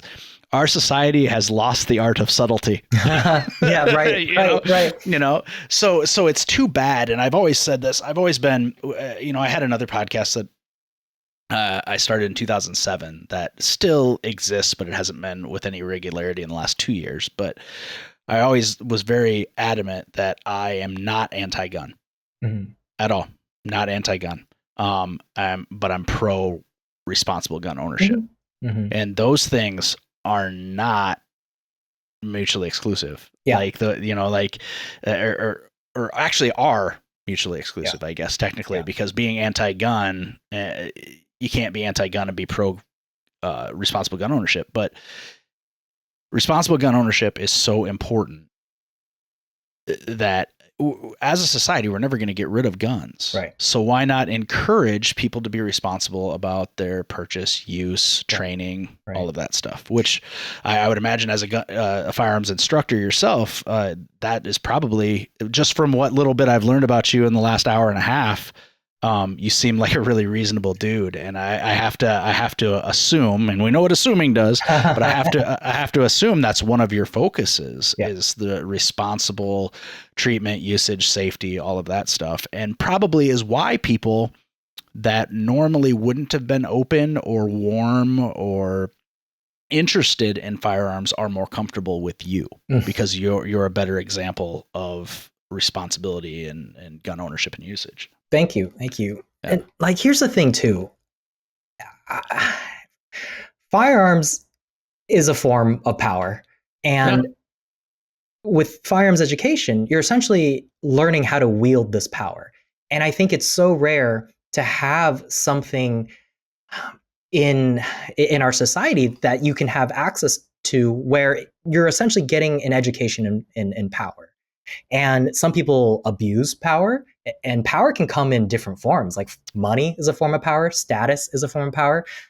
Some people start to argue, even depending on your gender. You can even go into the weeds of race and ethnicity, all that stuff. It's a form of power, but you need to learn how to wield that power responsibly and ethically. And like I said too, yeah, are there people who abuse that power? Yes. And that is what needs to be addressed.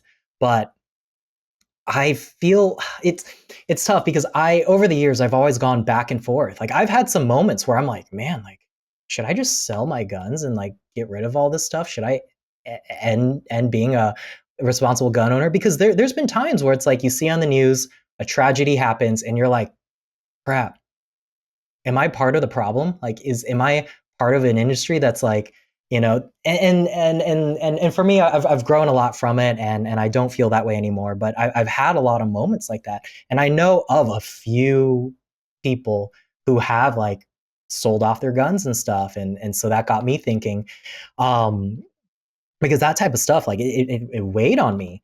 But I grew from that experience and don't think that way anymore. But yeah, it's I feel like the benefit of it is to educate yourself in power. Well, and you enjoy what you're doing. Yeah. You enjoy what you're doing. Ultimately, it doesn't affect anybody else. Unless for some reason you decide to leave one of those guns sitting on your passenger seat of your car with the car unlocked, magazine in it, loaded. Right. It's not going to affect a single other human being. Right. Except for, when you're instructing them and then you're teaching them from your philosophical standpoint, you may be positively affecting them, making them think twice. Because think of it this way. Think of a culture of gun ownership where every single gun owner, when a tragedy happens, goes, am I doing the right thing? And still coming with the answer of, yes, I am. But could you imagine a society of gun owners that at least stops to pause and think of how is what I'm doing with this very powerful item affecting society as a whole? I have a hard time getting behind the guys. It never fails. The same arguments come up every time there's a tragedy. Sure. And there's always the guys, and they're always wearing the same Oakley sunglasses, recording from the front seat of their car. And they're always like, well, cars kill people. Should we outlaw cars too? It's like, hey, dummy, I don't know about you, but I had to take driver's ed. Right. Like my uncle Steve didn't just teach me how to drive, and then I just, hey, Uncle Steve says I drive good enough, and now here I am out on Highway 101. Right. That's not how that works. It's expected that you're going to get a formalized training in order to wield this 2-ton vehicle. Right. That absolutely could be used to kill somebody. Right. But it's also designed to transport people. Yeah. It doesn't only have one basic function. Yeah. Stop making that argument. You sound silly. Yeah. It's it's been really interesting just like having those types of discussions with people over the years. And I get asked sometimes, like, because I do work in that industry, sometimes they get asked like, all right, so Kevin, like, what is the solution for like these, shootings and these tragedies? Like, how do you solve it? And I always tell them the same thing where it's like, I don't know, like, I don't have the solution, but what I can tell you is that if it's done right, I've had so much more positive and benefits from having a firearm in my life and training with it properly than I didn't have before. And maybe I'm just weird. Maybe everyone already has this mentality, but for me, it's like there's a whole new next level of appreciation for life, understanding how quickly it changes. There's a greater level of patience now that I have for people for trying new things and having different thoughts and opinions. And granted, like some of these things I've gained mainly because I work as an instructor rather than just being a regular gun owner. But it all comes down to still like having a firearm in my life and just thinking about things as far as like paying more attention to detail, thinking ahead about things, pre-planning, preparing for things, but also understanding that like paranoia and preparation are different and like, you know, that type of stuff where Yes. and not to mention just like the social circles and the people that I've met along the way. Never in a million years did I ever think that I would have like LAPD SWAT members as like mentors in my life or police officers that like I really looked up to. Prior to that, like I was scared of police officers. Like I don't feel like talking to you. Like why? No. But like that's something that now has, you know, changed my life and offered new perspective as well. So yeah, like that's what I end up. I know it's a really like wishy-washy middle of the road type answer. It's not very satisfying, but in the end for me, I've had so much more good in my life coming from being involved in firearms than I, you know, didn't have. Yeah. Well, and I think the safest, most honest answer is one way to combat is reasonable regulation and education. Yeah. I mean, because if you have reasonable regulation, not like you have to, you know, spend 3 years training before you're allowed to have anything other than a rubber band gun, you know, nothing like ridiculous like that, but like reasonable regulation that would solve some of our issues, and education, because the reason that you have the respect and outlook that you have is because you were educated. You're educated as the dangers of that, the possible liability and litigation that could happen against you. I think if everybody had to sit in on a class, every person that owned and I think at some points you would have to probably, it would depend on the weapon system that you're talking about, I guess, but if everybody had to sit in on a 4-hour class of, hey, this is what could happen if you use this gun for anything other than target shooting. Right. You know, here's the risk to you and your family. Right.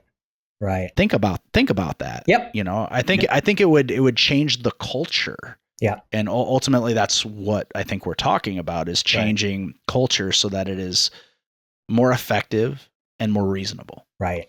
And like on the topic of you said of changing the culture too, there is a culture of like anti-gun legislation as well. And I don't quite know where I might be going with this. This thought just kind of occurred now, but, and I'm not saying that this is the right way to do it. I'm just trying to provide maybe a thought or perspective of why people may react the way that they do. But so it's like, I think we also need to take into account that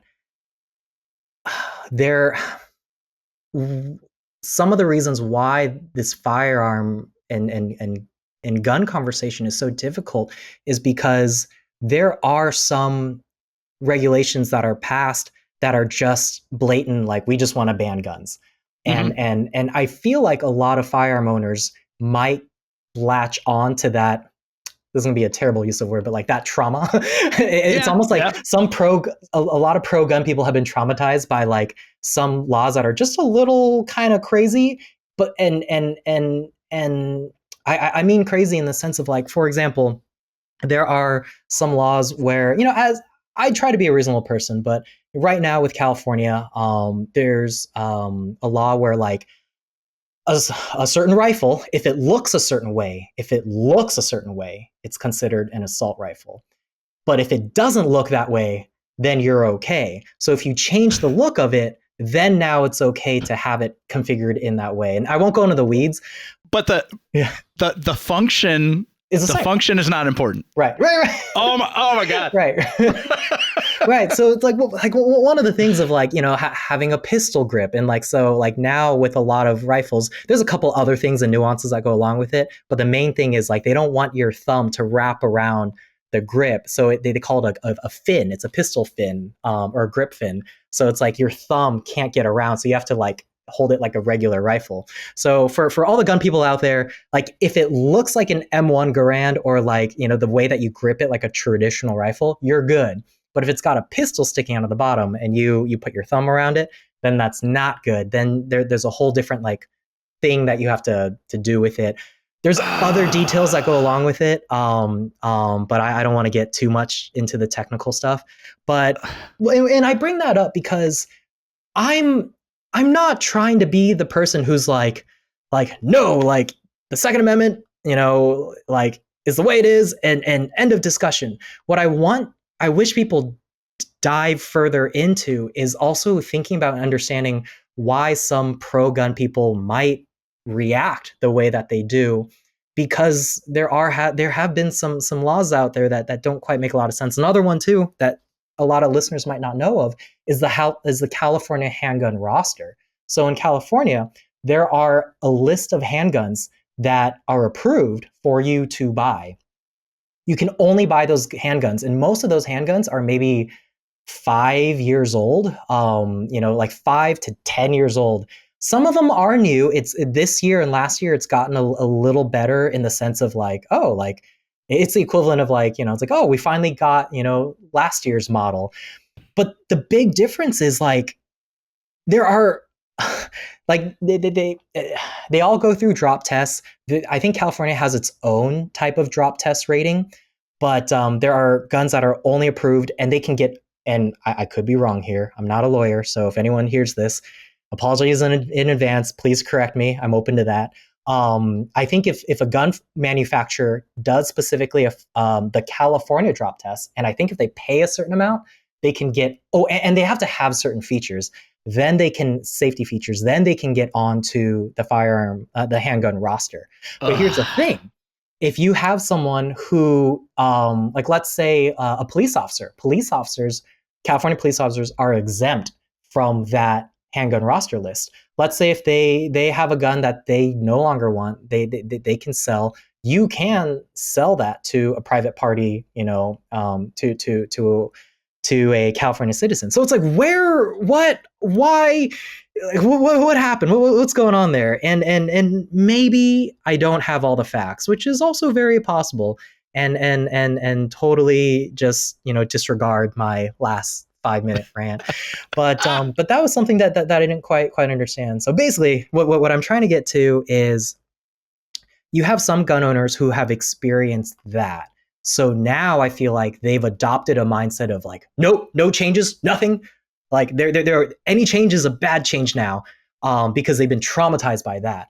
But I also want to be respectful in understanding, because there are some people who I've worked with and talked to where it's like, oh, you know what? I'm not a fan of guns because I was at the Las Vegas, you know, concert shooting. Or like another story that I ran into was like, I lost my brother because he found a gun at a friend's house and he shot himself when he was, you know, like 6 years old. It's like, my God, okay. Like I see it now why you feel that way. And although I feel differently, I can't help but, you know, you got to respect that. Where it's like, okay, right. Like we need to respect each other to find, yeah, I don't know. So, well, and a reasonable person says, oh man, yeah, I get it. Yeah. An unreasonable person's like, but no, you don't understand. That was a isolated incident. It's like, dude, shut up. Like that's not a valuable way to get people to understand your opinion. And the laws, while I think we probably do need different gun laws, those types of laws that you outlined are basically just politicians going, look, we're doing something. Yeah. We just made a gun. We made a gun law. So that's what you guys want to hear, right? It's like, no, nobody should want to hear that. Right. It should only be, and our society is so unique that we don't even have a blueprint.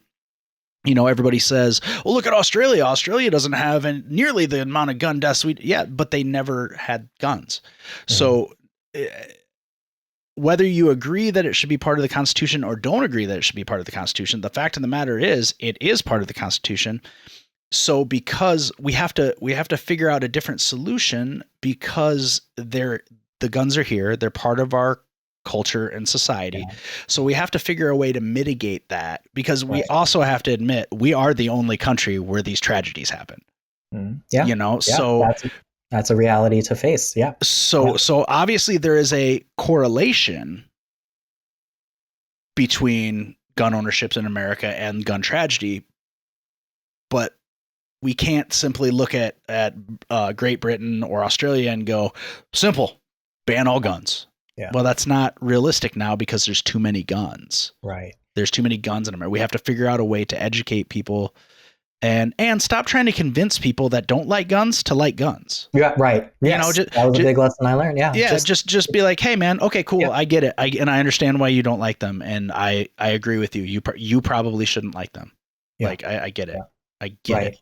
You know, and not to go too far off topic. Let me know if I do. But one thing I wanted to touch on too is firearms education as well. Like, we need to also take a look at like the schools, because the things that kind of go under the radar is you get some schools, firearm schools, where they're like, we'll teach, like, this is in their marketing information, where they're like, what we do here is dangerous. Like you're like, basically they're saying we're going to put you in danger. Like they put people who are like never held a gun in their life, and they take people's money and they're like, all right, and we'll put you through a shoot house.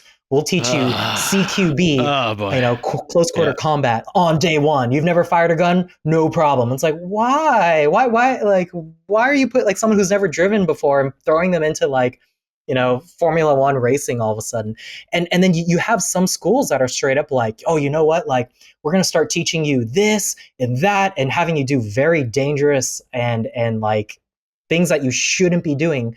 But because it looks cool on marketing, that's the education that they're going to try to teach. So like, yes, there's a whole discussion about guns, but then there's also a whole thing with the firearms education industry that needs to be looked at too.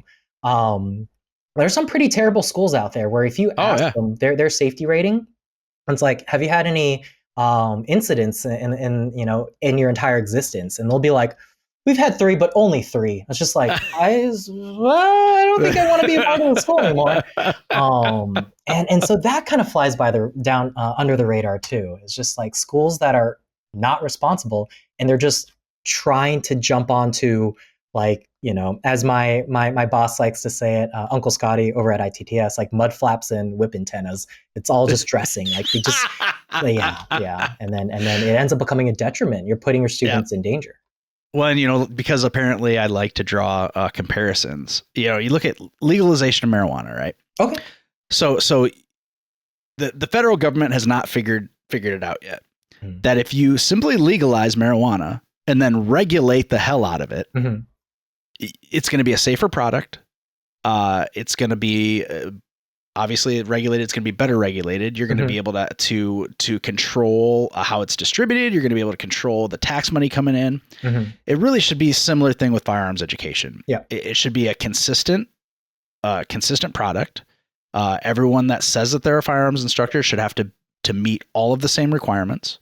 That way, in the licensure process, which I'm sure the ATF would love one more thing to make money off of, and through the licensure process, you know what everyone is getting. Even with like the concealed carry laws, state to state to state, there's a reason everybody goes online and takes the Utah course. Because then it's easy. You just to sit there and click through it, and then it applies in X amount of other states. Yeah. But if there's a standard that people have to meet, that changes everything. Right. And make it attainable. Yeah. And don't price everybody out of it. Right. But if you have a consistent standard, I think that changes a lot of the issue with the education process. Yeah. Is what kind of education people are, but we can't even get a consistent standard with like elementary education. So I don't Sure.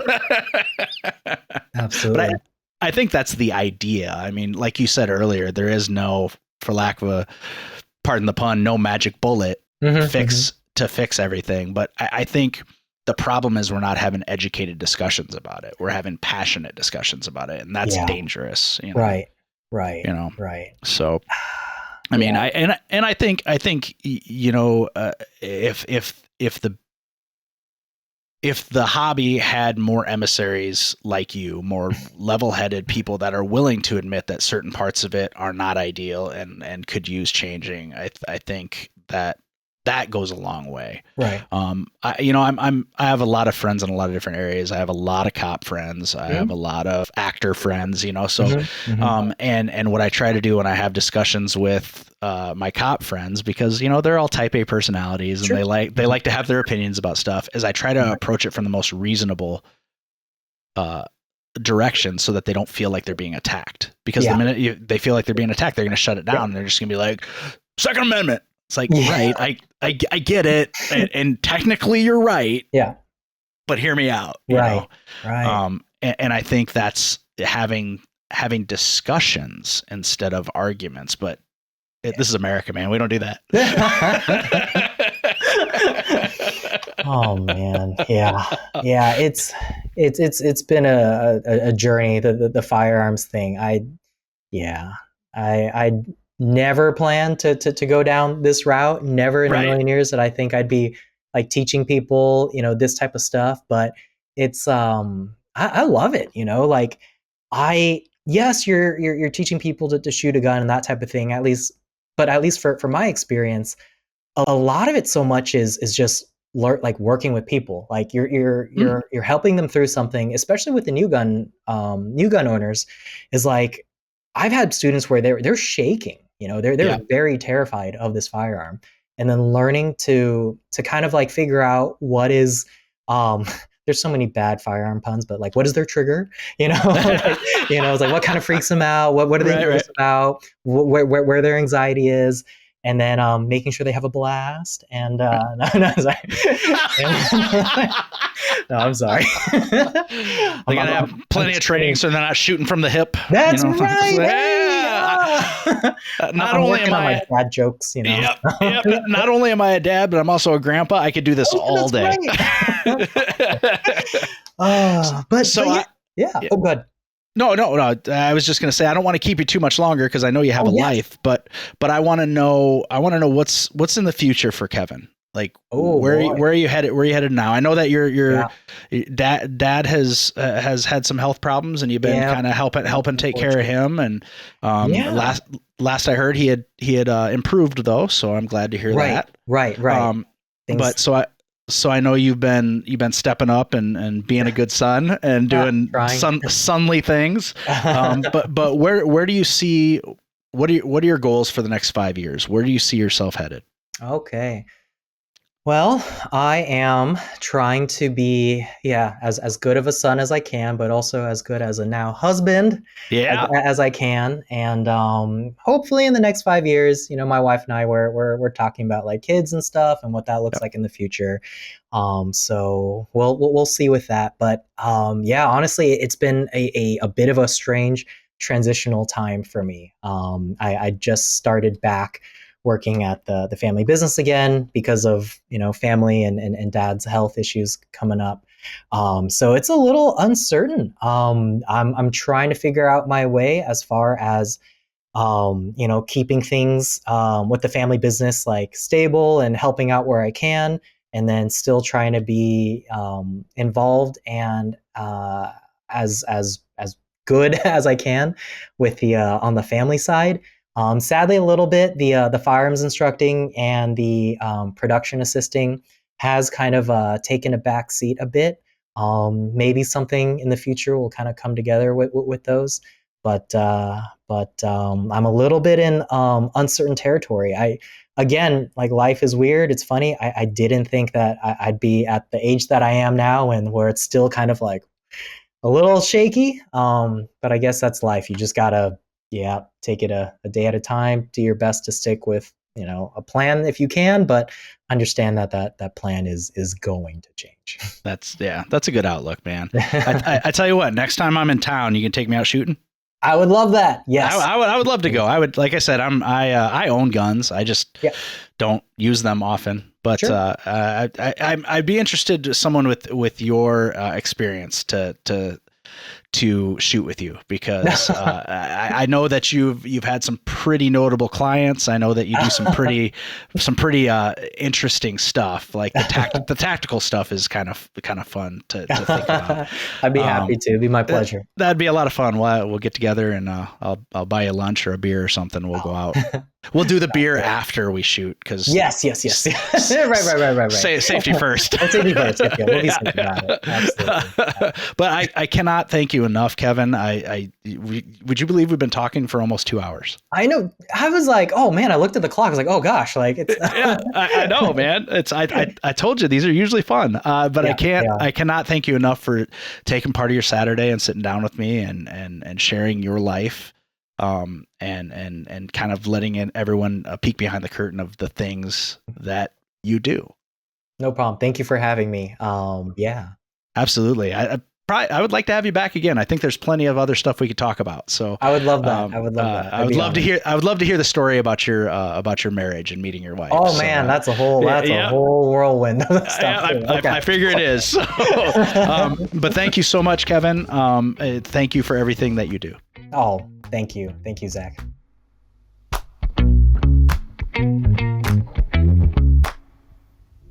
Tony Forsmark.